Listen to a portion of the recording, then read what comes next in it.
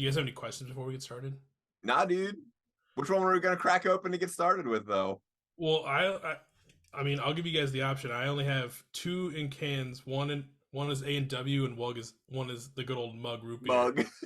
Those are classics. Bro. I'm at the family function.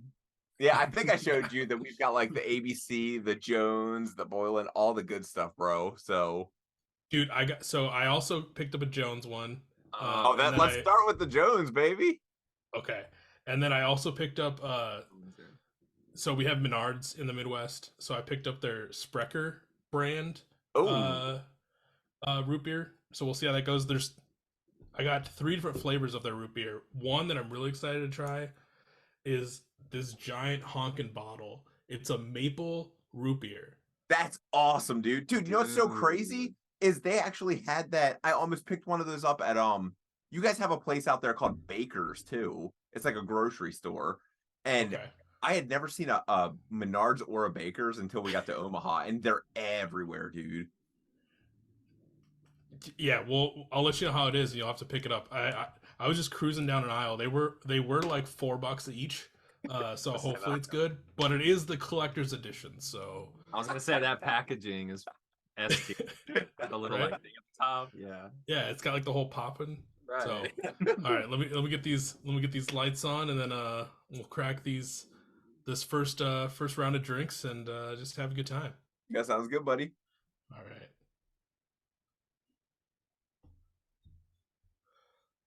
So in Jones, baby. You twisting? I'm using mine. Oh, fancy boy over here. Yeah. Nerdy. all right, in 3, 2, 1.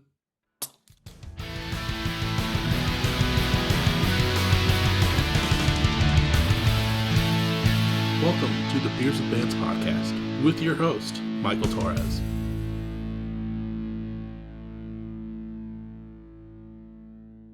What is up, everyone? Welcome back to another episode of Beers with Bands.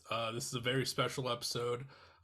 This is, as you can see from our attire and these flashing lights that I'll turn off in a second, this is the Christmas episode, and I'm so stoked to spend it with Will, aka Blown Meltdown, and Tony. How are you guys doing? Doing good, man. Fantastic. Stupendous.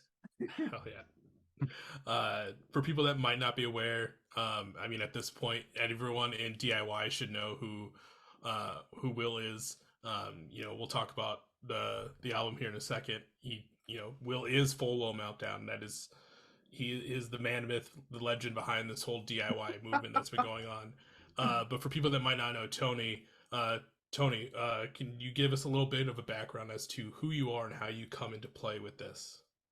Yeah. I'm Tony. I am based out of Nashville, Tennessee, doing the whole songwriter producer thing. So I've been doing that for like 8 years professionally now. Will and I go way back. We've been in bands together and crossed paths in separate bands. So we've just kind of stayed in touch over the years. We're really awesome friends. And when Will came to me with the idea for the project, he's like, dude, I just want to play music again. I gotta have music in my life. And I know you like record music now, so let's try to do something. And I was like, of course. And dude, it's crazy. Let's have fun. Legitimately, he taught me how to do everything. I'm dead serious.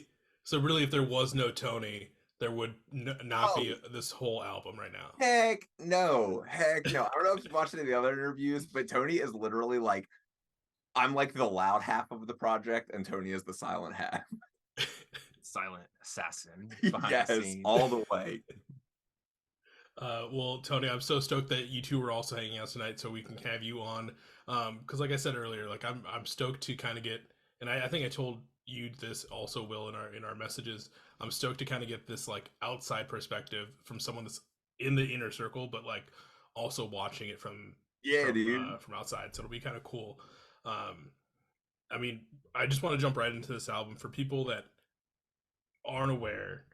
I mean, this album Mollify came out in beginning of October, and you did this really cool thing leading up to it. I don't want to dive all the way into it. I know you've talked about it multiple times, but you did this really amazing thing where basically you did 365 days of DIY bands that everyone should know about, Yeah. leading up to your release, with yours being the 365, or was yours a 366 technically? Yeah, mine was 366 technically. Okay. Which I mean was amazing to see that like kind of sweep through the DIY scene. I did not That's how expect I it. found you. Yeah. That's awesome, man. I love hearing that. I honestly just started doing that thinking like, man, we don't have much of a community like on Twitter yet and stuff. So I was like, I'm gonna see if I can bring some of these bands together. And bro, it just kind of exploded. And the next thing I knew, every single band was adding every single band that didn't know each other. And I was like, this is going way better than I thought it would. Yeah. And I mean like it sparked this whole movement too, where now Super Destroyer from Lonely Ghost Records, he's doing a 365 day. So it's really cool just to see like all these like people come together, like you said, they're DIY. Twitter had like some sort of a community, but I feel like there was also like split up enough where you really helped bring it all together and Oh yeah. show I what's think a going lot of on. like the bigger artists and the smaller artists didn't know each other yet. Like all the bigger artists were all friends with each other, and all the smaller artists were all friends with each other. And literally, dude, it only worked because a lot of the bigger artists like Oolong and Ogbert and Arcadia Gray, they all were like, sure, like we'll start adding these small bands and be friends with them too. And legitimately, without all their help, I would have had no chance of bringing anybody together. So it was super cool that they were all like that. So Yeah, I mean it worked out really well, and it's dope that it played off so well, and it continues. Um, Before we dive fully into the album, one other cool thing you're doing right now, and it'll still be going on by the time this episode comes out, is you're doing 40 days of artists that didn't get enough like love, basically. yeah, And I think today you were on like day 6. day Um, 7. Yeah, Day today was 7. day 7. Yep.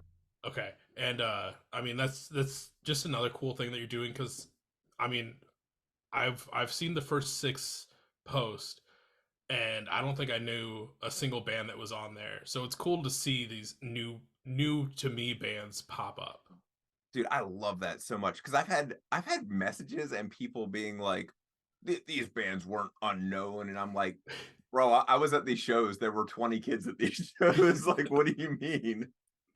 But I mean, honestly, like some of them, sure, some were bigger than others. But the problem is, nobody remembers them. They're not like bands like that. Right. Yeah, I mean, if you like look at like I don't know, like we were talking about their monthly listeners, like some On of these Spotify and bands who stuff. are like were crushing it in the scene, like no one's really listening to them anymore. So Exactly. it's cool to like Just bring it back. yeah, well to have you like remind people like, hey, I know you like this new stuff that's coming out, but check out the stuff that Yeah. derived from it. You The know what I mean? stuff that like we loved growing up. Yeah, yeah. Yeah. Like yeah, especially like most of the stuff that people are doing today. Yeah, like you said, Tony, it's derived from either from one of those projects or like a different iteration. But it's also funny too to like think about it, where there's like my computer is just full of music, and like I'm sure you guys is as well, and there's so many artists in there that you just don't listen to on a regular basis. So now like seeing your list go through, I'm like, oh, I kind of want to go through like my stuff and just be like, oh yeah, I used to listen to this band all the time, and just like do a whole new deep dive through my collection of just like stuff I listened to in high school that I loved then and still do love now, and I just don't listen to it. Exactly, dude. That's kind of actually what started it for me. I can't remember what the first day was that I was listening to. I think it was Monine, but it was so weird because I hadn't listened to Monine in so long. And then for some reason, I was on Spotify and I was listening to something, and Monine just came up after the album ended. And I was like, oh my gosh, dude, like I missed this band so bad. And then I was like, dang, this would be kind of cool, like just to talk about it. So I was super happy that like it was just a totally random spur of the moment thing. And then the next thing I knew, I spent the next like 4 hours diving through all of my old artists and being like, all right, I got to see like which ones I should put on this list. And the problem is, there were like 200 of them there. But I was like, I want to make it like end right around the new year. Was there any that like aren't making the cut for this 40 days that you just also want the people to know about? Oh man. Honorable mentions. Yeah, exactly, dude. I don't know. There were so many that there's probably one that I really liked back in the day that didn't quite make it that I really wanted to, but I don't think like anybody in our scene would have even known them. Do you remember Icarus the Owl? Yeah, it sounds. I remember the band. I don't think I ever really listened to them, but I do remember them.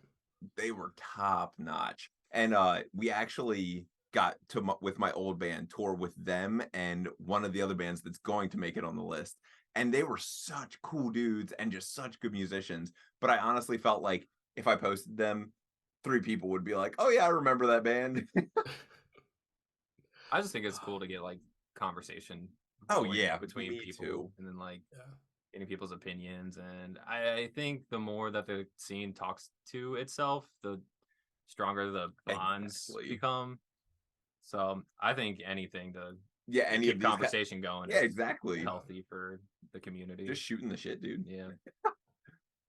And then Tony, from like your outside perspective of being in this inner circle of being on or like helping out with Mollify, the record's done a year in advance. You've already, like Will's probably already decided it. We're gonna start doing this whole 365 days. Yeah. What were your thoughts like going into that of just like seeing it just kind of blow up Will and Full Will Meltdown, but also just everything else it evolved in? Yeah, I mean, I was there from the beginning. I saw it when like Will's first post were not getting any activity. Yeah, dude, my first post got like 4 likes, and I was like, "Oh man, I think I was one of them." Yeah, dude, and I was like, "I'm literally might be burying myself with this, but I'm just gonna try it anyways." No, it's just cool. Well, I mean, I feel like it was definitely earned on Will's part, because, I mean, to go through every single day and find like a new music project that people were like making and creating, and like taking the time to really like dive into it and be like analyze it, and then it's kind of just like reaching out like, hey, I like what you're doing with this. I think it's really cool. Dude, that's a good point, actually. Yeah, so it's like you're giving people their flowers. Yeah, for like that's a good what way of saying it, dude. For like what they created. And I mean, it's just you get this whole group of people who just appreciate you taking the time to like really consume their art. And it's just turned into all of these other people who are now consuming each other's art. Yes, it's not just you. It's like these bands are also like listening, hanging out with each other too, and like listening to each other now. And you're just like the nucleus of it, I guess. Well, dude, I found so many bands. So out of the 365, I probably found like 1,500. But the problem was I was only sharing ones that I was like listening to the album and being like, fuck yeah, like this is really cool, dude. Where like there were certain ones where I was like, okay, I don't really vibe with this, so I'm not gonna post it on my thing. But like, dude, there were so many times where I would listen like 15 or 20 minutes into an album and be like, okay, on to the next one, and literally spend like an hour and a half finding the band for the day. I have to give you props, because I feel that I don't know if it's pain is the right word, but I do the same thing where like when I like find bands to be on like the podcast, I have 3 playlists for sure that I go through that are all like the release radars and finding all new stuff, and then I hit up some other ones, and I'll find like some songs that hit, and then I'm like, okay, I'll check out like the rest of this album and I'll listen to it, and I'm just like, it's good, it's just not me. It's not me. I'm not drawn in. And like that's the most brutal thing, is just, I mean, obviously like I don't let them know that, but like at the same time as me, like I'm just like, it's almost there to where I would want this, but it's just not for me. Trust me, dude, I was never gonna like post a band like and be like, oh, by the way, guys, this band kind of sucks, but like here's their music anyways. Here's 365 days of bands that I don't care a shit about. Exactly. Try to be positive, authentic. Dude. Yes, exactly. Yeah. There's so much negativity on Twitter already. Right. I mean, there's like, I've even had a couple of bands like reach out to be on the podcast, and I was like, hey man, I don't understand like what you're putting out. Like I get you're doing something, it's just not for me. I'll still post about it and do everything, but I wouldn't be able to give you my authentic self doing this. And they were like, as long as you're like upfront and cool with someone, like, and still like giving them props for, you know, putting in the work for doing a whole album. Like that's all that it is about. Like your tagline is homies help homies. Yeah, dude. Yeah. And it's not like the door's shut forever too. It's like Right. make more music and then maybe I'll fuck with that and then. Yep, exactly. You know, I can curse on here, right? Yeah, you're good. Okay, sorry. Dude, if you can't, I've already ruined it for us, bro. I didn't even notice until then. All right, cool. Okay, so now, you know, we're done with 365 days. 366, the day 366 comes around, it's Mollify Day. The whole album gets to drop. At this point of this recording, it's been out for a month and a half at this, almost 2 months now. Oh, it's been a month and a half, yeah. And obviously you've had this giant build up, all these new homies, everyone in the DIY scene coming together, but like what was that day 366 for you or for the both of you? You know, the album finally comes out. Like, what's it like? Well, dude, here's the crazy thing. So it didn't even get to come out on day 366, which really sucked because that's why we had to save it for a while. We ended up releasing a single on that day. That was when we released Let Me Hang. And right. Yeah, and legitimately like and we wow, were like slapped together that. Oh my gosh, dude, it was wild. So I'm literally like calling Tony and I'm like, bro, I gotta come to your house right now. We have to shoot a music video. Our manager is like, you have to shoot a music video. Like, we need a music video for this in like 4 days. And Tony's like, I got a camera, I got lights. He was like, come over, we'll just figure something out. And dude, he lets me in his basement smash a quadrillion things like televisions, light bulbs, like mirrors, everything. He's letting me just smash them all over his basement. And then we get done and I'm like, all right, dude, you want to clean up? And he's like, nah. I was just so exhausted by the end of the shoot. Because we just spent the whole day like down there. And recording that song when I hit you up, you were just like, sure, dude, I got you. And I was like, bro, we needed a song like immediately. It was so funny. And we had so many B-sides. But the thing is, we just wanted this one to be like a cool, like right off the bat, like bam, like in your face song. Thank God Tony was like, I got you. We're going to do this. My landlord saw the mess for the first time like a week and a half ago. No way. Dude, it's still down there. It's been like 6 months and the basement is destroyed still. I told him, I was like, I promise you this basement will be literally cleaner than the day you rented out to me. I was like, believe me. And he's like, I believe you. I trust you. Oh, dude, what's even funnier is before this, Tony and I were working on something together and we were like doing something that a lot of people don't even know about called Lonely Fox. And we went in his backyard and I was like, all right, dude, I want to set this bed on fire. And Tony's just like, all right, mattress. Dude. Yeah. So he literally like is pouring lighter fluid all over the place. And literally I just light this match and throw it on this bed. And this bed just erupts in his backyard in the middle of a neighborhood. And to this day, that bed, it has been at least a year and a half. That bed is still sitting on the side of his house right now. Landlord saw that one too. I know, dude. He's like, you're not burning things in my backyard, are you? I was like, no. Dude, the hole in the patch of the grass was so humongous. You knew it was a mattress. It was so obvious. Yeah. Oh gosh. I told him we burned it at that farm we shot at. Did you? Yeah. Perfect. That works. Jeez. Like, please don't evict me.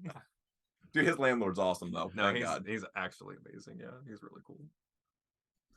But hi, Mike. So Oh, Mike. My landlord's name's Mike. Oh, okay. It's a good name. Yeah, it's my middle one. Is it really? Yeah. How did I not know that? I'm a bad friend, dude. Anyway. All right. So we get to day 360 something. Yeah. And the album finally gets to come out. Yeah. What's that day like for you? Oh, dude, it was crazy. It was so crazy. So we couldn't believe it. It kind of blew up, which was really weird. Like that first day we got like 15,000 listens on the first day. It was a big first day for us, which for DIY, you know, that's like decent actually. And now we're just about to hit, in 3 or 4 days from now, we'll hit the 100,000 mark, which is going to be crazy. Overall plays on the album, yeah. Yeah. That's fucking awesome. Yeah, Which means people keep listening to it. Yeah, exactly. listen to it more than once. Please. If you get people to do that, I feel like it's a W. Yeah, exactly. Well, I know, like, I'll scroll through Twitter, like, you know, everyone does their 5x5s on Friday, and the amount of times that I see the Mollify cover in someone's 5x5 as I'm scrolling, it just keeps growing. Dude, people keep telling me that too. It's so funny. The dude from Lonely Ghost Records was like, I can't escape your album cover. It kind of sticks out too because It of just does, like how dude. plain block yellow Yeah, the dude. cover Oh, is. yeah. I'm like, I see it on like those 5x5s on Twitter, like Yeah, dude. whenever they come up on my feed, and I'm just like, my eyes just automatically drawn to that bright ass yellow like square. So yeah, that's cool to see for sure. I do want to ask you about the album cover real quick. So for people that have obviously seen it because they've listened to the album, you know, millions of times, it's, you know, it's just all yellow, like canary yellow background, and then it's just got one deflated balloon, Yeah, right dude. in the center. Yeah, because that's what go ahead. Mollify means, actually. So basically, Mollify is when something expands to its largest, and then you release it. So like a balloon to Mollify, it basically is just like a release of like a lot of built up pressure. Okay. Yeah. I didn't know that. You learn something new every day. Yeah, dude. Word of the day. Right. Vocabulary just increased by 1. Yeah, but it, like you said, Tony, like it sticks out so much on a 5x5. Mainly, I feel like because like everyone's album covers right now, I don't know if it's just like the wave of what they're doing is all like this like darker, more like broodier palette, and then you just got that nice like Mollify canary yellow just right there. But it's awesome to see it still growing. It also is amazing that it took off so well right away, especially obviously you released the singles leading up to it, but you basically did 365 days of promotion while you're helping everyone else. And it's nice to see that like everyone kind of returned the favor and checked you out at the same time. Oh, dude, they did. There's no way we would be like half, not even a quarter as successful had people not come back around and given back what I like. Dude, everybody gave way more than we could give, like all the way. I mean, but it's also a killer album, so I feel like people would have found it. Oh, you got it. Might have taken a little bit, but it's still there's so much packed into this Mollify album that it's for someone that's not ready for it. Like, just brace yourself just a little bit and then sit down and go for it. Like, I mean that in the best way possible. Like you start off. Obviously, we start off with Something Is Very, Very Wrong, which I want to talk about the music video in a little bit. But it's so just right in your face from the get-go that it like just sucks you in. And I had this weird like thought, especially before I watched the music video, when I started listening to this song, all I could think of, like, and I mean this in the best way possible, is like, what musical is this from? Just because like you're like, I can just imagine like you as like the lead person and then like a group of like dancers behind you of like something going on, because you're just the way like you're singing it to us, like Yeah, I think dude. Tony understands, like it's just right in your face and telling us this story, and it works so well. Well, it's so funny because legitimately, so I write all the lyrics and everything before I come over to Tony's, and then I write how I'm going to sing it, and then I come in here and I'll sing stuff, and like I'll sing through the whole song, and what he does is he's like just do a run through of the song, just do a run through, and he just hits play and hits record, and we'll go through and we'll listen to the whole thing, and then we'll come back and I'll be singing parts, and he'll be listening to parts, and he'll be like, "This is how you can make this part good," and I'm like, "Okay." So literally, dude, like I will have parts that he really likes, and then there's other parts where he just kind of like is like, "All right, dude, you're gonna sing it this way instead." And dude, if he says to do it, I'm gonna do it. That's all there is to it. You literally have not said no to a single idea. I know, dude. He's the producer. I let it happen all the way. So that's cool. Thanks for listening, man. Yeah, dude. Now, Tony, are there any ideas that you've thrown his way that you're kind of surprised that he didn't say no to? Probably a million. Probably all I do some like stupid, weird ideas sometimes, and I'm just like, I think this will be out of the box and cool. And then Will's like, out of the box and cool. Yeah, I'm like, that's what I want to be. And so he just lets me rip. Dude, it's so funny because most of the time when I come to Tony, I have the guitars, like all the rhythm guitars, the drums, and the vocals all written. And then it's amazing because he takes them and like builds them into like this, like they go from being like songs to being like songs, dude. Thanks, man. Yeah, man. Yeah, I mean, like, I can't stress enough. Obviously, I do this on every episode, but like this album is super sick. Like I did mention, obviously the first song hooks you in and takes you for this ride, and obviously I have these whole like High School Musical 4 or something like visuals in my head, and I mean that again in the best way possible. That's a huge compliment. I love that. Yeah, dude. And then just like the rest of the album is just this amazing ride, and just like all the little things you do in it that kind of like it doesn't feel like it's one of those albums where it doesn't feel like someone's just like you're listening to someone like sing a something. It sounds more like you're singing directly to me, telling me this story as it's going on, which I really liked. Hell yeah, I love that. That makes me so happy. I always tell people, I was like, it doesn't matter if like you're not the best singer. You just like, as long as people believe what you're saying or what you're singing, like that's what's gonna make it's so true, love, dude. like, what you're doing. And you gotta make them believe. Yeah, dude. And dude, I sing it with conviction. I'm telling you, before I started recording with him, it was so funny because I was always the drummer in his bands. Mm-hmm. So like I was like, all right, Tony, I need you to teach me how to sing, basically. So like when we first started this together, bro, I sucked. Like I sucked so bad, and I was so nervous. Like, dude, if I was gonna sing a high note, you could tell that he was just like trying to calm me down. Like he would like show me like hilarious YouTube videos and then be like, okay, now sing it. And I was singing so much better, and I'd be like, where was that? And he'd be like, you were thinking, dude. Yeah, I would even tell him to like, I was like, all right, now think about singing this next line with like an English accent. But like, yes, dude. Dude, but like, don't do it, but think about like how you would do it with an English accent. And it works. It works. My brain is so stupid. It will fall for anything. I just tried to distract him.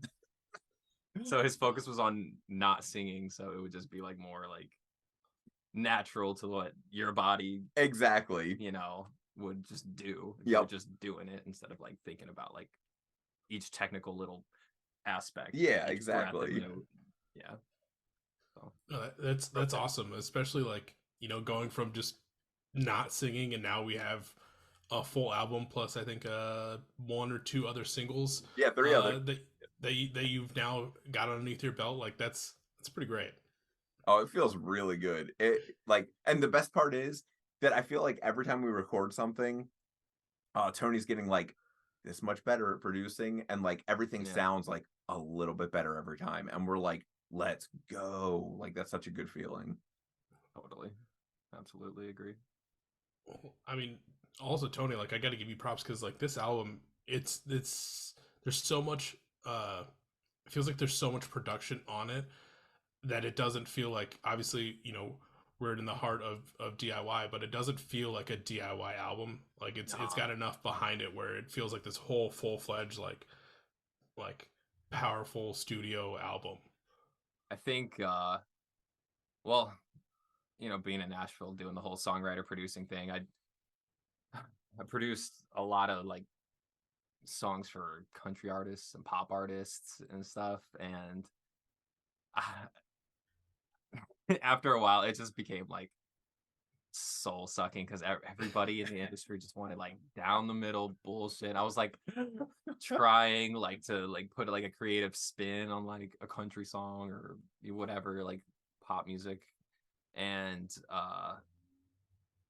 with Will's project, I was able to literally just completely let loose and do any weird thing I wanted to do.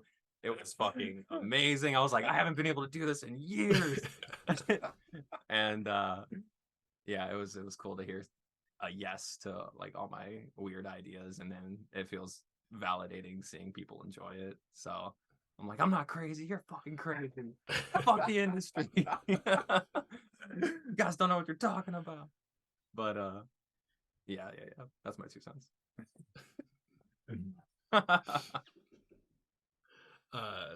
you also, for this album, you have two features on it. One by, if and forgive me if I butcher this name, Ergo the Ego, Yeah, and Ergo. Stomach Book. Ergo. Ergo the Ego. Okay, and I saw the thumb point. Is that That's you, him. Tony? That's me. Yeah, that's Oh, yeah. my artist name. So I'll be putting out music at some point in between my other project, Dude. helping other people put music out. His music is so much better than everybody else's, his solo stuff, and yet he never freaking puts it out. It sits on his computer, I hear it, and then he's like, "Now no one else in the world is ever going to hear this ever." I'm just like, I'm always just like, I'll get to it eventually, but it's working, it's happening, just slowly. Okay. It's just because Well, Will's bugging me. Hey, can we record today? Can we bro, record this week? bro, it's so bad. At least once a week, I'm like, "We're recording today, right?" And he's like, "Sure." Need my day off? Yeah, sure. Yeah, exactly. No, I'm just kidding. Well, I'm looking forward to hearing what you finally put out when you do.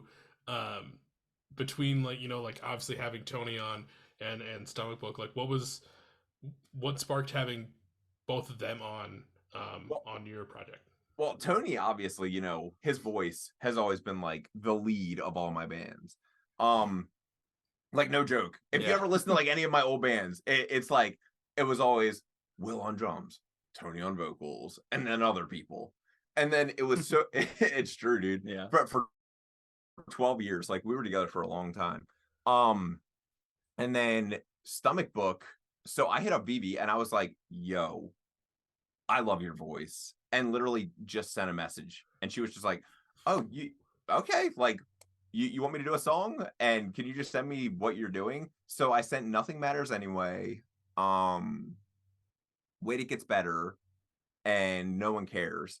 And then I was like, but the track I want you on is kind of different. So that's when I sent over, Well, This Sucks. And Vivi was like, "This is my shit." And instantly was just like, "I would love to do this." And like her voice is just so much different that I was like, I can't match that tone. Like that tone is so weird. And I knew that like I wanted that specific tone. So, and it's the same thing with like the upcoming stuff. Like there's the songs that you write and you're like, I don't have that voice for this part.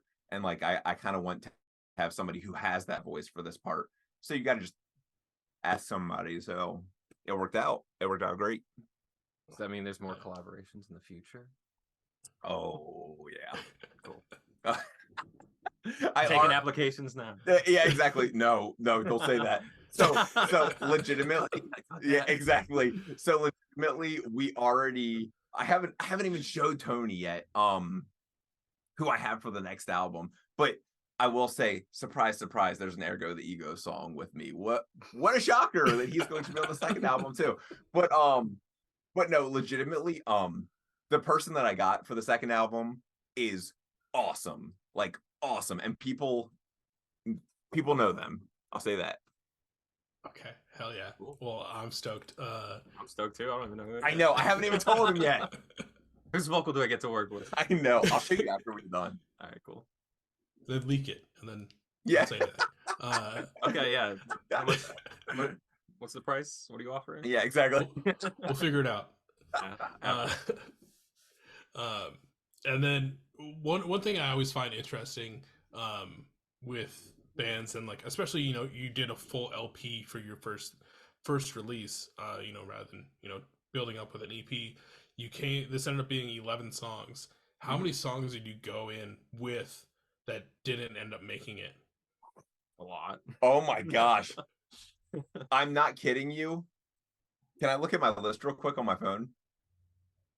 Yeah. Because I actually have it written down. When I say it's a lot, I mean it is a lot. I have it in finished songs. So the ones we didn't do, 1, 2, 3,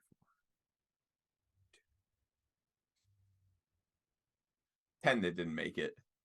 Wow. Yeah. And we recorded at least like 3 or 4 days on each of them. So that, but the thing is, they just weren't like the songs that made Mollify were like what we wanted. And like the ones that didn't, just like they were so close, but they just weren't quite there. Which makes sense. I like anytime someone goes in, especially, like I was talking to someone, they had 16 for their that, and then they end up reducing it down to 13. Those other 3 songs just didn't, like most people say, feel right to be on this album or this release. Exactly. So I mean, there's always potential. I'm not putting words in your mouth, but that we might see these ones in the future. Oh yeah, definitely. But it's if we go back to them in the future and we're like, okay, like if we like rearrange stuff maybe, but for the most part, things, yeah. But for the most part, like, dude, we love writing. Like we love writing music. Like that's the biggest thing. Like when I bring stuff into him, like I feel so I've written since this project started 133 songs. Jesus. Yeah, dude. But the problem is got a lot of sessions on my hard drive.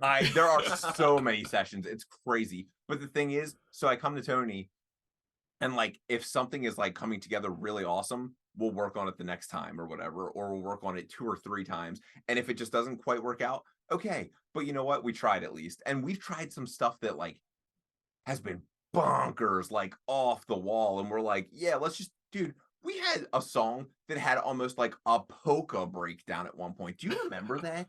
Polka? Dude, I'll have to show it to you because when I listen back I can't to remember it. I listen.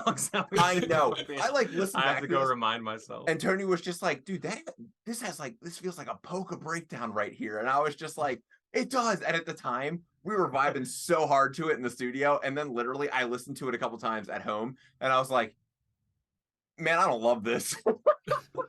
So like, we just never went back to it ever again. And we've done that with a ton of songs, but we just love writing music. So even if something doesn't make it, I have so much fun when we're here writing. There's never a shortage of ideas. Ever. Yeah. That's truly amazing. Like I know I was talking, I've had someone else on the episode before. Hold on. Okay, it's not there. I felt like a small burp coming, and then I didn't want to like be weird about it. But yeah, like I've talked to someone before, and the name of their project is slipping my mind. And I don't want to butcher it, but they were also like, yeah, like I can write stuff really easily and just like builds up, and like they also had like just a crazy backlog of things that they could use for all their projects. And as obviously I don't write songs, I just do this podcast, but I always feel like that's just insane, and I commend anyone that can like pump out that kind of material, because I can't even like focus enough to like read a page on a book half the time. Like for someone just to be like, oh yeah, I've written this many songs, it's just amazing. Dude, it's so funny because legitimately we're the same way, where we believe that there is no limit to music whatsoever. So you can literally do anything, and that there's a quadrillion sounds. Like you can just do anything. And if you try it and it doesn't work, cool. But if you try and it works and people haven't done it before, that's like the coolest thing ever. With there not being like a limit on sound and style, does that mean that we could possibly be seeing like full blown meltdown doing different genres or aspects on future releases? Like put out like a death metal album, or like a full folk album or something. Yeah, that might be a little extreme, but I'm not one to say no. So. Yeah, exactly. and legitimately, like we're already working on the second album, and there's a lot of different ideas from the first one, like very different. I mean, it's still, but the thing is, it still is faithful to the sound, I guess is a good way of, or faithful to like what Full Blown Meltdown wants to stand for. But at the same time, it's just much more mature and honestly at parts crazier. I mean, I expect that. Oh yeah. You can tell like we have our hands on it. Exactly. So but yeah, I mean, I expect it to kind of, like you said, kind of get a little bit more mature, because you said this part I did pay attention to. Shout out to the Fresh Finds podcast, because in that one I know you said, Mollify was done a year before it was released, so it was already done there. And then how long before it got to its final form, like were you guys working on it? Like how many was the time frame for that? 1.5 to 2 years. Like from when the last song was tracked? Yeah. No. Like he's Or saying like, from when we started tracking it until it was finished being mixed and mastered. Oh yeah, probably Like like a year and a half, 2 years. Year and a half, 2 years. Yeah, somewhere Yeah. around there. It's Yeah. been a long time. Mm-hmm. So yeah, it totally makes sense that I mean that I don't want to say I don't know if era is the right word, but that era of Full Blown Meltdown that's stamped right there in the book, and Oh, now yeah. we're seeing where you're gonna take us next. Oh yeah. And like our process is really like spread out too, so it's not like we were doing it every day for like a year and a half to 2 years. Yeah, It's like yeah. Will would come in Once a for week. like once a week. Yeah. And every other week we would get on like Zoom calls and go back and forth on ideas, like while building up the tracks, and then he'd come in and do vocals. Yep. Yeah. It's a really interesting recording process because like, so my wife is a travel nurse, so we're like all over the place. Mhm. So we recorded parts of Mollify in Pikeville, Kentucky, in Charlottesville, Virginia, in South Carolina, Columbia, South Carolina, just all over the place. And it was so funny because I would literally just Zoom with Tony and we would just hit it.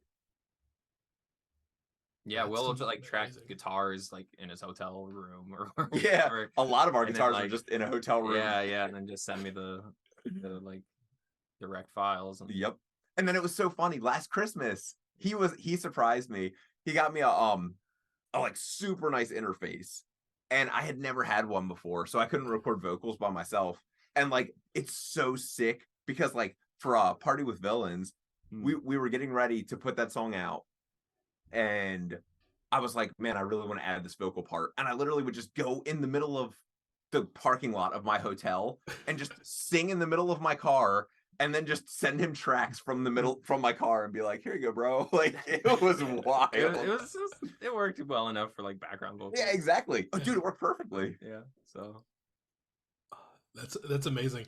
I love turn the that car we're on or in anything, this. though. Oh, Yeah. bro, You that sweat was your the ass worst off, part, dude. too. Yes, it would be like 100 degrees in that car, and I literally would just be sitting with the windows up, no car on, couldn't turn the car on, just cooking. I mean, and I would take pictures and videos of myself just pouring sweat and post them online because it was so funny. Yeah.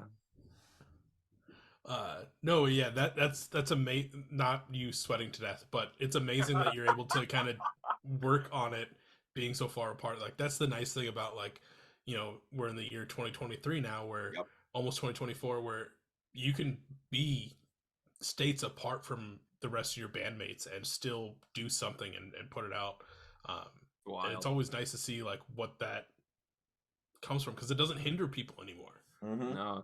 Well, it's crazy because him and I, when we played music together in 2000 and from 2000, like the end of 2010 until 2000, what, like 16, we played together. Yeah. It was a while, but he lived in, technically was it Barberton, Ohio? Yeah, it was Ohio. Yeah. And I lived, Cleveland. yeah. And I lived in Baltimore, Maryland.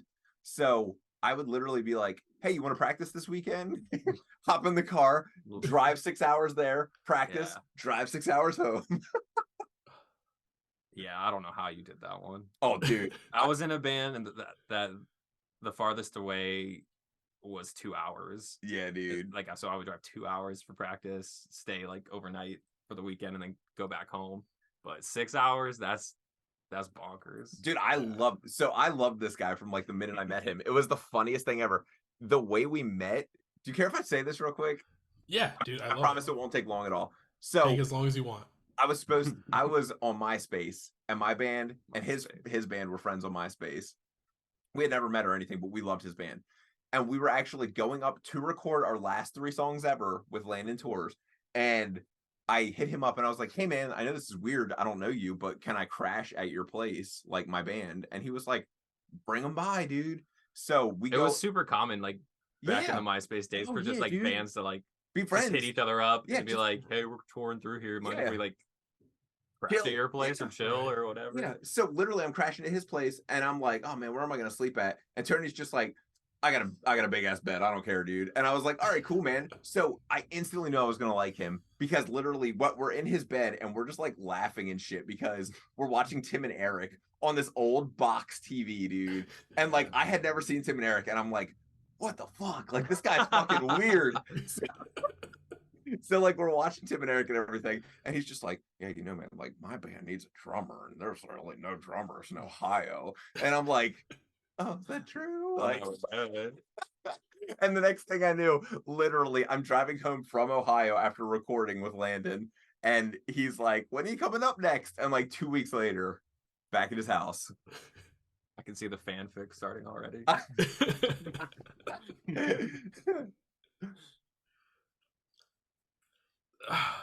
Like I had a joke. Oh, yeah, I had a joke.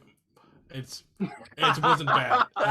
It was just more like he didn't even have to buy you dinner first or anything like that. Oh yeah. No, that's awesome. Like that, you know, you connected so well then, and you know you're still doing stuff together now after all. Oh these yeah, years. dude. Well, we've been homies for forever. We have Totally. some funny pictures from back in the day of us together when we both had horrible haircuts. I still have a horrible haircut, but Tony's has kind of gotten way cooler. We'll post it one day. Oh yeah. Post some stuff. A couple other cool things he did with this album that I really liked, because I'm one of those guys that really likes like sound clips or like any additional things to kind of set off the record in a different way.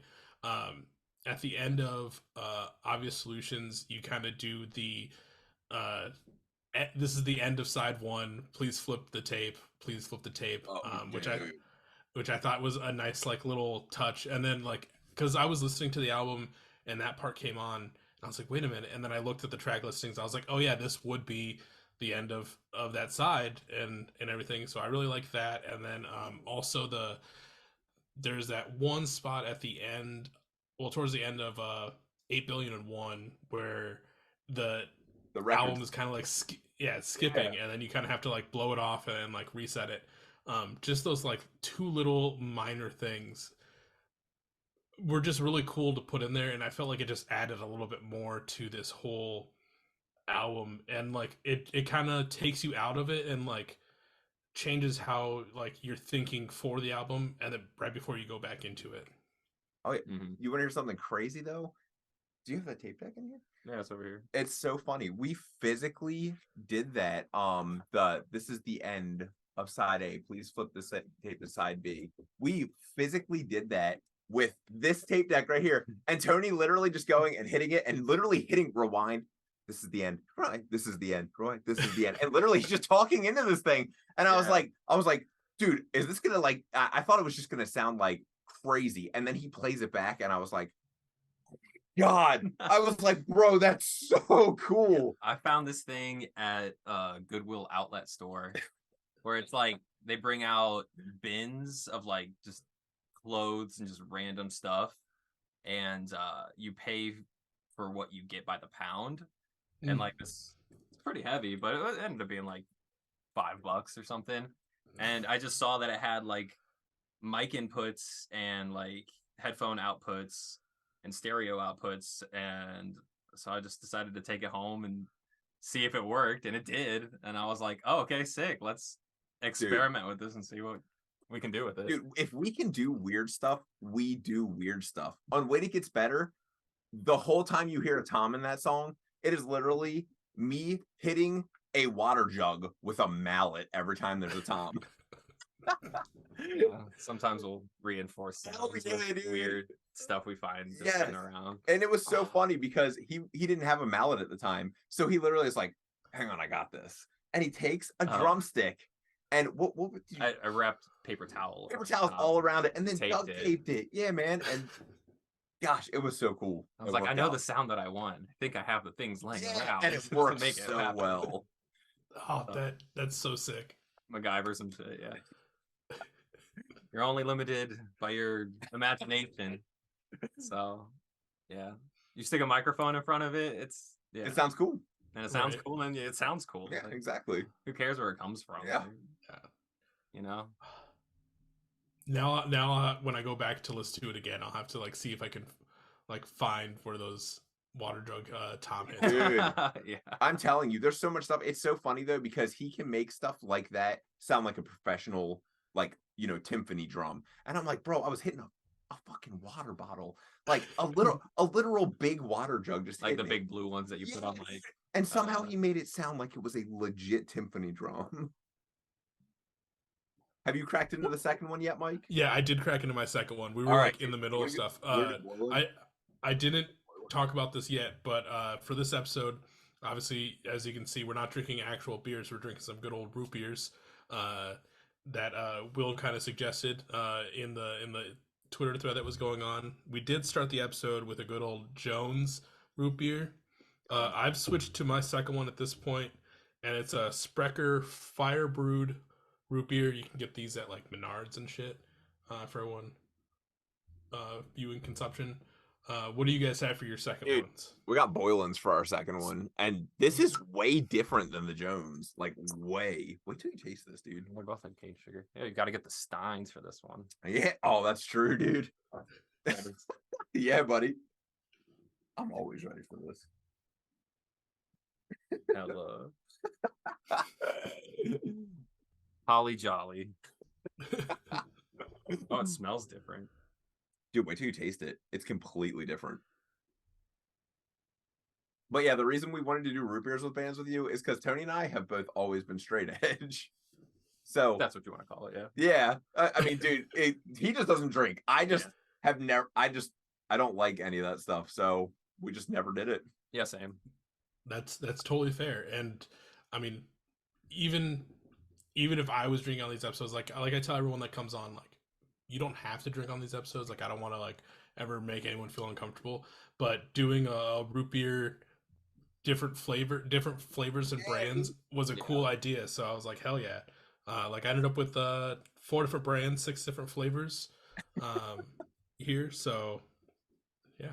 Is that not way crazy or different? It kind of has like a medicinal taste. It does, dude. It's it kind of tastes like the cough syrup a little. Whatever though. How's yours, dude? Is it good? I like the Jones. Yeah, it's not bad. It doesn't taste that far off from like the Jones. This one does have like honey in it, which is kind of cool. Cool. Once this one's done, I'm gonna crack into that maple root beer because I was gonna say that maple got me. Yeah, that's what I was Yeah, because the other one I have, I was trying to figure out what the difference was between like the 2 root beers. Because they're both like the same brands, and they both say like fire brewed craft soda. But then I realized that this one's also caffeinated, so we'll see how that goes. Are they way different sugars or something? Not really. I don't know, dude. This one's weird. Oh my god, I haven't had this much sugar in so long. I know, me too, dude. I feel like I'm looking at this, I'm like, I'm feeling crazy. 46 right grams of sugar in this one, 43 in this one. I'm loving it though. This is life. Mike, you're catching us on a very good night because normally we will not be this hyper. Well, I mean, we can use that hyperness. I don't know if I just asked this. I know we kind of jumped into the sodas, but was there any other stuff that you guys like any odd instruments or things you guys did and hid in this album? Dude, there's so much. There's so much. I remember a lot of it. Sang and played in my bathroom. Oh yeah, dude. Like next on the one room over. Yeah, that was fun. Wow, what else? Dude, okay, do you remember the Evangelion sound? Like the Five Nights at Freddy's. We put a Five Nights at Freddy's like scream sound. In Party with Villains. It was so funny. Man, we did a lot of weird stuff. When I'm trying to think of it though, it's ridiculous to think about everything we did. I know. I should have opened up all the sessions in preparation for this. I know, dude. There was a lot of weird stuff on that album. That's all I'll say. That's fair. Try to think of more. Yeah, I'm trying. I know we've kind of, obviously talked a lot about like Mollify, and we've kind of hinted at like the future for Blown Meltdown, but like, and I don't want to. In my position, I gotta ask these questions. I know it's still you're still early in this cycle. Yeah, that's the correct word. But like, what or when can we expect the next something from you? I haven't even talked to Tony about this. I was gonna say this is all your so direction. Millions of Books, that song that I posted about recently, that's the last B-side off the album that I wanted to actually put out for people to hear. Do you remember that one? Mm-hmm. I really Millions love that of song. Buka. Yeah, Millions of Buka. That's it, dude. So I the session name. Yeah, I thought that had the coolest chorus on the entire album. But the problem was the vibe of like the beginning and everything was a lot more like chill and didn't quite make it. Where it's just a little too different. But it was kind of like the song before it, Some Kind of Sick Joke, that was just a little bit too different to actually make the album. But like, you know, it was really cool. And then I also set up a split with 3 other really cool bands that will be coming out sometime this winter.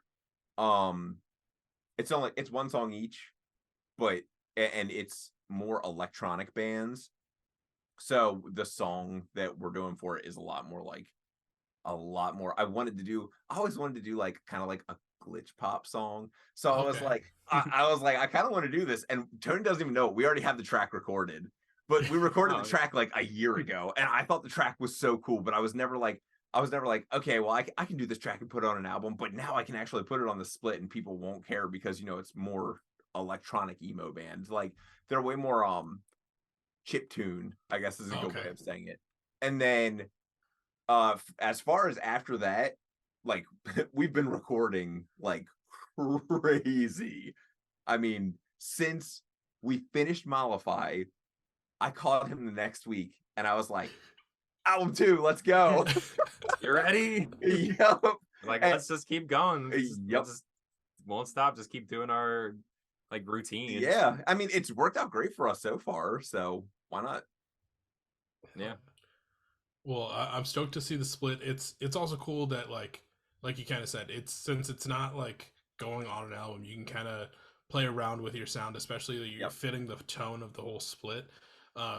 So I mean, like we kind of talked about earlier, like the different versions of Full Blown Meltdown that we might see, this was one cool way to kind of release those versions out into the world. Yep. Agreed. Hell yeah. Before we start to transition, there is one other cool thing that you've been doing that I wanted to talk about. And I just came across this, you know, within the last like week or so, because you've been posting about it on Twitter, because of what's going on your TikTok. You basically are doing like this competition. Obviously the winner I think will be announced by the time this episode's already out. But you're doing a cover competition where someone can cover one of your songs. Either, you know, guitar, bass, vocals, whatever they want to do. I think I saw someone you reposted someone literally drew a cover because they said, I don't know how to play an instrument. Can I draw a cover and be entered? And I said, that's genius. Do it. It's so sick that you're doing that. And you know, I went and looked at your TikTok today, and I come to find out you've been giving away guitars every month. Yep, for a full year. Yeah. What sparked that, and how many guitars do you even have? Like, this is insane. Dude, so it's wild. So Tony and I found this awesome guitar company, like a year and a half ago, maybe? That's probably when we discovered it, yeah. Yeah, called Harley Benton. And these guitars come straight from Germany. You pay for the actual, what is it called? You basically pay cost for the actual guitar itself. But the problem is when they come in, you have to get them set up, or you have to actually, if they're, you know, not set up to your specs or whatever. And sometimes you might have to like sand down the actual frets themselves. But dude, 99% of the time these guitars come in and they're playable straight out of the box. So these guitars were so cheap that I was like, dude, how cool would it be if we like started giving guitars away to people? Like people would flock to that like crazy. But they're like surprisingly like good quality. Yeah, like great quality, dude. Like I just think about like my first guitar, and it was like some like $300-$400 like Washburn guitar that I got for Christmas.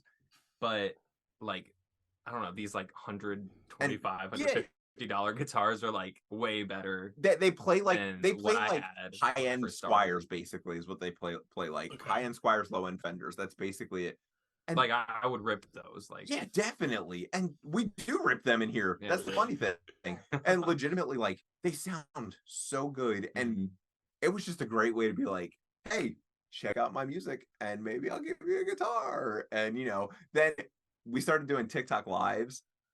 And once a month I do TikTok live where we give away the guitar. And dude, our TikTok lives are crazy. Like, they're so sick. Sometimes you'll have like a couple hundred people in there at the same time and everybody's commenting and I'm like watching it go and I'm like, dude, I can't even read all these. Like, I have no idea what's going on right now. But what I do once in a while that I think is really fun is I'll bring like guitar pedals and stuff into the TikTok live and I'll be like, everybody comment your name. If I see your name, I'm going to type it into this generator, like a wheel generator, and I'll like type their names in as it's going and it'll be like flying through and I'm typing in all the names I see until I get to like 20 names.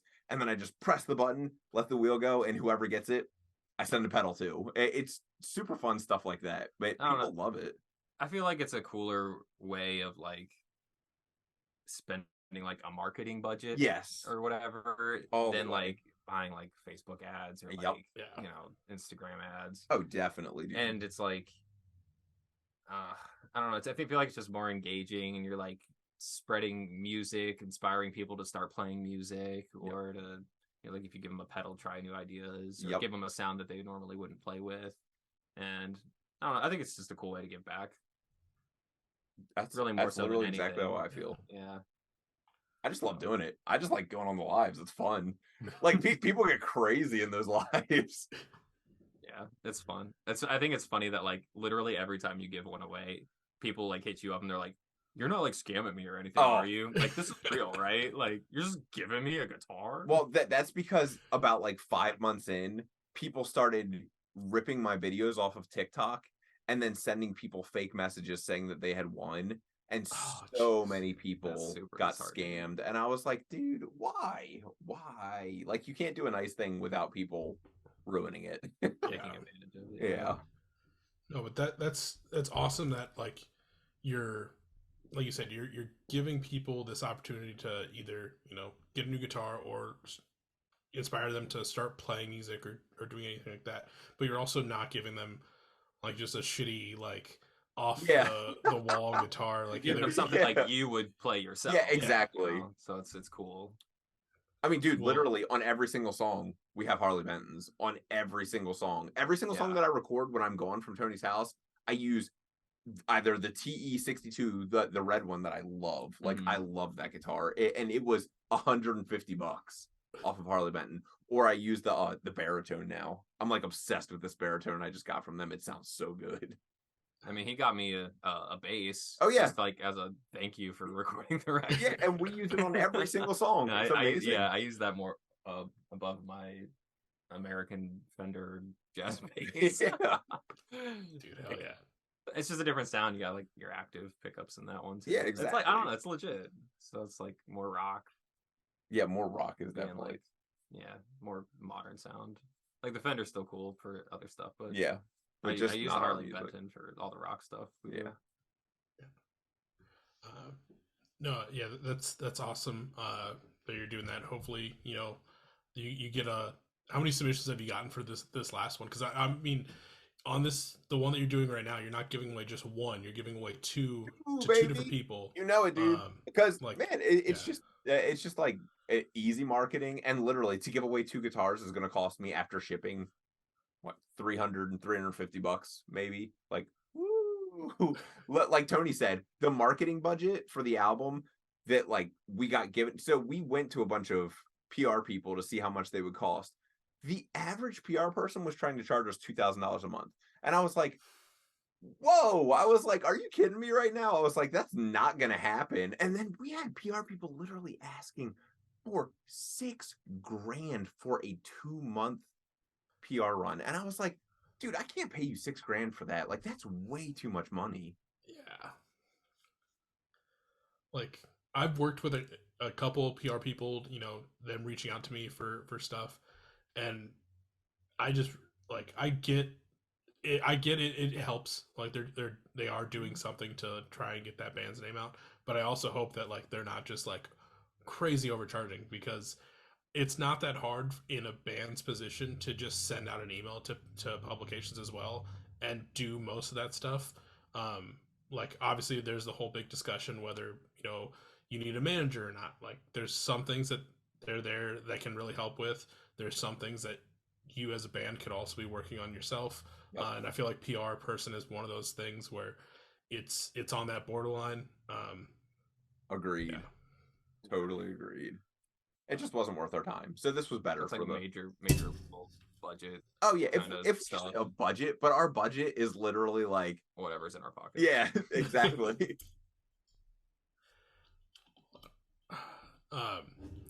Before we start to transition, because usually I end off these episodes with some fun stories from you guys' time of music. Obviously, you guys have been doing music for quite a while, so I'm sure there's some fun stuff up your sleeves. Yeah. But with Mollify, is there anything that I missed that you want the people to know about between the record, Full Blown Meltdown in general, the two of you, that we haven't hit? Can you think of anything? I mean, not really. I can't either. Literally, just please listen to Mollify. I promise it doesn't suck. Yeah, if you have any like questions or like you're curious or just want to like hit us up. We hang or whatever. Like we're free all the time to do that kind of stuff. We'll kick it. My DMs are always open. Like if there's something like on the record, like production wise, that you want to know about, like I don't gatekeep anything. So like hit me up if you're like, hey, how did you get this sound or what did you use for this? Like I'm a freaking nerd with this stuff, so like I'll gladly geek out with people. Oh, it's so funny. He actually has been teaching me for like a year and a half now how to use Pro Tools. Yeah. And it's so funny because man, I am so technology challenged. And like I will call him and be like, bro, I can't figure out how to like unfreeze this track or like freeze this track. And he'll literally be like, all right, dude, there's this thing called Google. No. I tell you to hit me up because Google's got so much. I know it does. Like it's easier to just call me, text me, or something. It is. So no, in all reality, what I do is I FaceTime him. I turn it around to the computer, and he's like, "All right, you're gonna press these buttons," and he like walks me through everything. Oh, bro, it is a harsh reality to be old. Gotta memorize stuff. Exactly. I get that.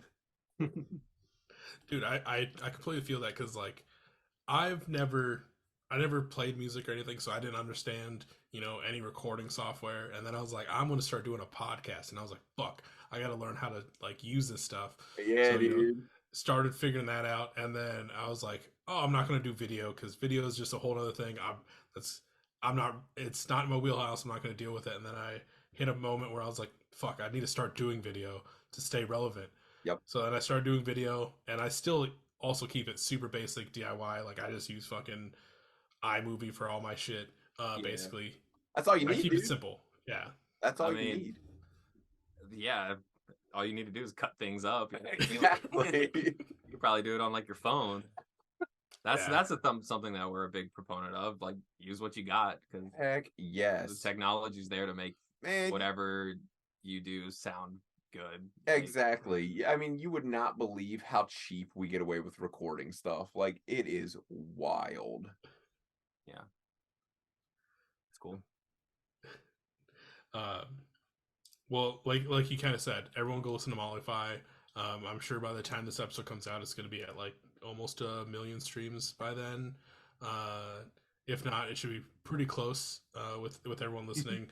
Hopefully it ends up in a lot of end of year lists. I'm starting to think about the list that I want to put together, and it's just so daunting. I mean, like there was so much shit released this year that's so good. It's so hard to think about what'll be in it. I've been having the same exact problem. Like everything. So I'm doing top 10 end of year DIY list, and you would not believe how hard it is to be like, cut this one out when I know I love it so much. It's killing me. Man, yeah, it's gonna be brutal, but it'll be exciting to see everyone's list. I got a couple ideas as to how I'm gonna put mine together, but we'll see what actually comes out of that. But now we're gonna kind of transition, like I kind of mentioned, to the later half of this episode, which is always my favorite part of the episode, and the reason that this podcast even exists.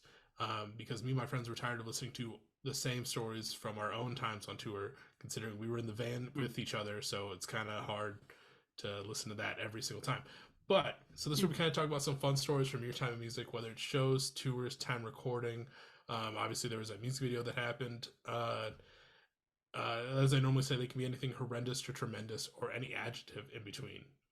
I love this part so much because, man, I got so much. Will's the one who likes telling stories. Dude, I love telling stories, bro. I'm so bad at telling stories. Dude, okay, so my favorite, you want to hear something hilarious? Tony and I have not been on an interview together since 2012. And the last person to interview us together was Brian Stars, if you remember him. Oh my god. So straight up before, I don't think I've ever said it this. was in Nebraska. Full circle. It was, dude. Hey, I That's might where be you're at saying now. it, bro. Yeah. When me and what would have been my like co-host partner were starting this podcast, one thing that really drove us to do it was Brian Stars, mainly because we were like this like if he can do it, anybody can ask these bullshit questions, anybody can. Yep. And you know, we always thought of, I'm blanking on the band name, but we always thought about that iconic music video. No, the iconic interview that he did with Never Shall Never. Yeah, that one, which is ingrained in my mind and forever. And it sparked a lot of shit that we just like we're gonna do for the podcast, and then more because it was more just as a joke. But I love that was I'm following up Brian Star. Well, I'm following up Brian Stars. Following Brian Stars, homie. Ooh, big shoes to fill. Tony and I have done a million interviews. We've done a million, but together we have not done one since that day. And it is so funny because we were like one of the end of Brian Starr's interviews. Like that was like as he was closing that going out. From there. That was when he was becoming a scene kid singer. I remember he like, I don't know, we met at like a park. It was like a basketball court. Oh, the Mustang. He rolled up in his Mustang. I think it was silver. Yeah, dude. This is YouTube money. Rockstar. Oh yeah. Dude, he big timed us so bad. It was so funny. Whatever. Exactly. I'm not really too upset. Oh, I'm not either. I think it is the funniest story of all time that we got to do that. I loved it. And literally the whole interview got ruined because our bassist at the time wouldn't stop screaming, "Milk me, daddy," in the background. Remember that? That's bandmates, bro. Oh, I'd say that's pretty mild. I know, compared to some shit I've heard on tour.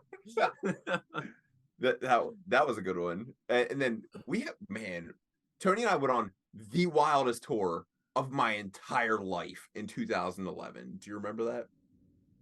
What part? Exactly. So yeah, there's this is the I'm thinking things are clicking. Dude, this is the wildest tour I've ever been on. We both gone on tour. Denton, Texas. Yes, but everything that happened at Denton till the end of the tour. Yeah. So we show up at this place. It's supposed to be a house show. It's in Denton. Nobody's there except for the 3 people that are in the house, the guy and the 2 girls, and they are methed out. There, I mean, chickens from the front yard, yes, like running around. This is legitimately a middle of nowhere. Yes. So they keep saying people are gonna come. People are gonna come. Tony and I are just like, okay, well, we'll wait around, we guess, and we'll just chill. We're not gonna unload until people start showing up. Yeah. So Tony and I are like, okay, well, what are we gonna do? So they're like, we got an Xbox. So Tony and I are like, okay, so we're playing this Xbox, and the girl is she playing comes Call in. of Duty. Yeah, and the girl comes in, and she's like, this is not a joke. She's taking her legs. Oh, well, she's taking her legs. I can't hold my legs behind my head. And she's rolling back and forth on the floor with her legs behind her head. And what was she saying? I don't know. She was just like, dude. Oh, like, that's what she was saying. She was saying, spank me. And Tony literally, we're playing the game. And me and Tony are like, bro. With the headset on. What is happening? In the Call of Duty lobbies. Yeah. So legitimately, we look at Matt and we're like, yo, we got to get out of here. So we all hop in a van, like in the van, and Josh is like, I don't want to leave. I don't want to leave. Remember, he was really drunk.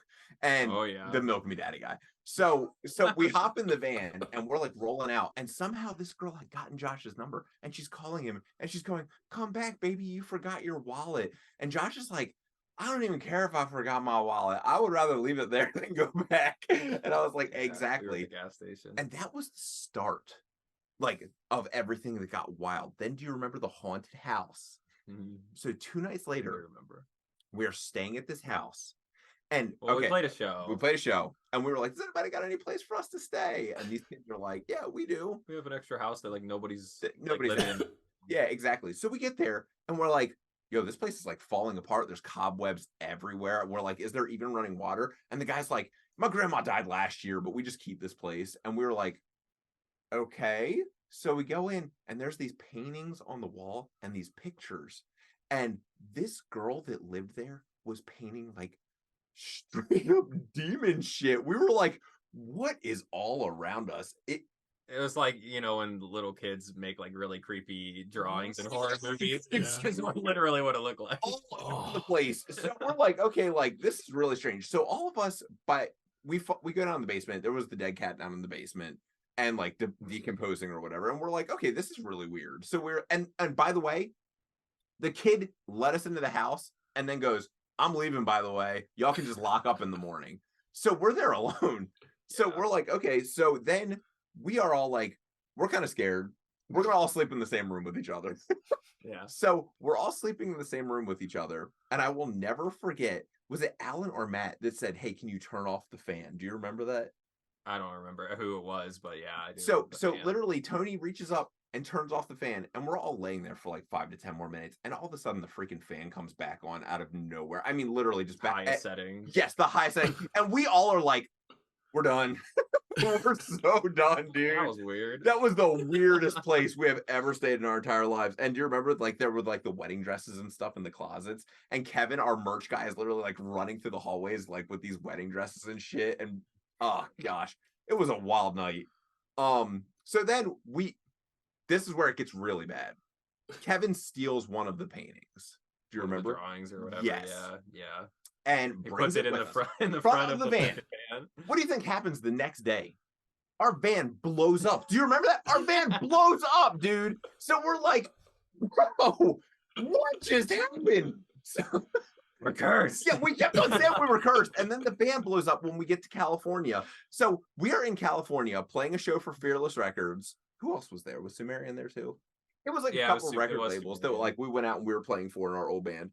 And then literally it was after we played that the van completely blew up. So we're like, cool, we're stuck out in the middle of California right now, like completely stuck. And we called our management team at the time and they were like, well, get to a hotel, like, you know, like we'll try to get things figured out. So we're in this hotel, 6 days? It was something stupid Oh, like that. It was ridiculous, man. And we're literally going to car dealerships and we're like bargaining for vans and stuff. And we're like, this is the craziest part of this entire story. I'm just warning you. So, dude, I forgot about that. I know, dude. we get this girl who really likes us. Like saleswoman. Yes. And she's just like, okay, I can definitely get you on. This is like the 4th day we're bargaining, right? So she finally gets everything set up. We drive this van all the way from California, the rest of tour, all the way back to Ohio. And we get a call from the dealership that girl never got approval to give us that van. Yeah, the paperwork actually like didn't go through. And she just gave us that van, dude. Yeah, she gave us that. They sent out a tow truck to like ship the van back to the dealership from Ohio. Yep. All the way back to California. Yep. But we kind of like dodged a bullet because like we didn't really want a van payment. Yeah, dude. So like we got the van, drove it back, and like we were scot-free, you know, we didn't have to like go into debt. It was so we're like, good, we made it home, back to square one. Evened out. Happy. So happy. Easily the craziest tour I've ever been on. That was easily. Man, we were so broke. I mean, we were broke. Like, by the end of that, I think we maybe got home with all of us having 37 cents total between the six of us. touring costs a lot of. It is expensive. And especially because we kept staying in that hotel. We were staying in a hotel directly next to Disneyland. And we're literally... Oh, yeah, it was in Anaheim. Yeah, and we're literally all swimming in, like, the Olympic pool and, like, hanging out in the jacuzzi every single night. And that's, like, all we did when we weren't at the dealership. I'm like, God, I'm wasting so much money on this jacuzzi. Oh, but dude, what a good time. What a good time. Yeah. Hey, how is that? So it's pretty good. This is, for everyone still paying attention, this is the maple root beer. It's, I mean, it tastes like a little thicker, but not like not that a little different. bit thicker than a little sweeter too. The IBC. We're on the regular good old IBC. Nice. IBC, good. Yeah, IBC's great. I love this. Boylan, Bad. Jones, if you got other options. yeah, exactly. I like Jones. I thought the Jones was good. great. Yeah. I think the IBC is great, but that Boylan Was not it. little medicinal. Yeah, exactly. Just not it. Little cough syrup flavor in there. Dude, do you have any other crazy tour stories or anything? Oh, yo! See, so much better. Bro, my memory. So my memory is like a goldfish. Like it's legitimately like if it's something I want to remember, I will remember it forever. If it's something that's not that important, tomorrow I will forget. But we were recording in Ohio at this place called Studio A. Do you remember that? In Cleveland. Yes. And Studio D. Studio D, that's what it was. And we're recording with Landon Tours. We weren't big enough for the A. Yeah, that's what it was, dude. Oh, I got to play in the A, remember? I got to play drum. Yeah. And but it was the wildest thing ever because they put us up in this room that literally was like a mini movie theater. And I have never seen like a studio have like a mini movie theater in it with bunk beds and everything. Yeah, it was like a projector screen and like yeah, man. And literally that's cool. our bassist at the time, his name was Trevor. Great dude. Awesome dude. But when we were in the studio, I'll never forget this because he literally wouldn't stop. He wouldn't shut up about it when we got done. He's playing Call of Duty every single day. And we would wake up and we'd look out and be like, what are you doing, Trevor? Playing Call of Duty. We would go to bed at night and we'd be like, what are you doing, Trevor? Playing Call of Duty. And he did not move, dude. Like, would not move besides getting food. And he had so much junk food. That couch was nothing but junk food, like everywhere, dude. So we got to the studio and Trevor's like this little tiny guy. Dude, we're leaving. And he's just like, and we were only there, what? Like 2.5 weeks, maybe? Dude, he gained 36 pounds. I was like, how the hell did you gain that much weight? And he was just like, I don't know, dude. And Call of Duty. Yeah, and he kept grabbing his belly and shaking it all the time. Do you remember that? I was like, Trevor, you are wild, bro. I did not know the human body could gain that much weight that fast. It was the craziest thing I've ever seen in my entire life. But that was a good studio time too. We had just a fun time there. Yeah, like it was very fun. The record ended up sucking because the mix was terrible, but the actual recording was fun, man. It was so fun. I mean, honestly, that's why I started producing myself because I was like, I'm sick of how other people produce me. That was so I'm like, I'm gonna start recording myself. And it was so funny, dude, because we put so much money into that record. Like our label at the time literally dropped so much money on that record, and we just did not love the product that we got in the end, and we were just so disappointed. And it was the type of thing where Tony was just like, I can do better. And the next thing I know, he starts recording bands in Ohio. Yeah. And at first his recordings are very like basic and everything, but they still sounded like a lot better than a lot of new people. And then the next thing I know, I'm hearing Tony do these songs like, dude, you know who he just recorded a song for? He just recorded the Monster Jam theme song. And literally, bro, I kid you not. If you go online right now and type in Monster Jam theme song, Monster Jam, the official Monster Jam theme song, it is him. It is the craziest thing ever. And I have never heard anything and been like, can't believe you did that. But like, it's so ridiculous. Like, it's the most ridiculous thing I've ever heard in my entire life. Like, and the fact that it comes out of him makes no sense whatsoever. He can like take songs that Anybody else would be like, that's a horrible song and make them good. I don't understand it. Yeah. Yeah. I don't know. It's true though, bro. I'm just like, I think this thing will sound good. Exactly. Let's try it. And Exactly. I'm like, oh yeah, sounds good to me. I hope it sounds good to other people. Did you guys get little messages in your Jones soda? I did. I did too. Mine says Friday is the day to make your move. Oh, bro. Missed it. It might be the day, dog. It might. Oh yeah, you popped your top. What'd you get? Thank a former teacher. I got give yourself a hug. So does it like? I know, dude. I was like, nice. That's cool. My teacher's YouTube. Yeah, exactly. Thanks, YouTube. Appreciate you. You know, as we start to kind of wind down here, I always like to leave off these episodes on a high note, especially, you know, where this episode's out around the holidays. Gotta make sure you're in the right joyful mentality. So my last question for the two of you is, since you both have been in it since the birth of Full Blown Meltdown, what's been your favorite moment on this journey so far? Man, that's difficult. That's really difficult because I've had so many. I think I know mine. All right, you go first. I'm gonna let you think. Because I need to think. Yeah. Okay. So probably my favorite thing ever, and it's captured on film or on, like, you know, there's pictures of it. This is when I realized that Tony was like 100% in this with me. Like, he wasn't going anywhere. So we were recording a music video when we first started doing this stuff together. And there's a scene where I have to keep on spitting blood everywhere, right? And I mean, I am just covered. And Tony's coming up to me, and Tony's literally like holding my face and wiping my lips off and everything for me. And I will never forget looking at that picture after it got taken and thinking, that's a best friend. That's a best friend right there. Like, look at my thumb, like, literally, dude, it was the funniest thing I have ever seen in my entire life. When I look back at pictures, I was like, I knew we looked ridiculous, but I didn't know how funny it looked. Like, it looks like we're having a wedding together. Yeah, because it's got like flowers and everything around. There's literally flowers all around. It was the perfect picture. That's funny.